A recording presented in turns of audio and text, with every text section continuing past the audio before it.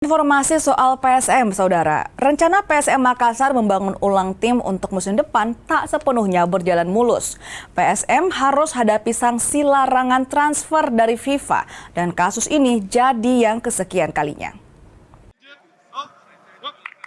Jelang musim baru Super League, klub peserta kompetisi sepak bola tertinggi dalam negeri itu kini sibuk.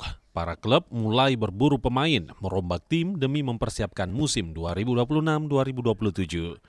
Saat tim lain melaju, PSM Makassar justru tertatih. Jalan tim memperbaiki skuad sepertinya tak berjalan mulus. Sanksi larangan transfer dari FIFA jadi batu sandungan bagi tim Juku Eja. Yang terbaru, sanksi FIFA tertulis sejak 9 Juli 2026.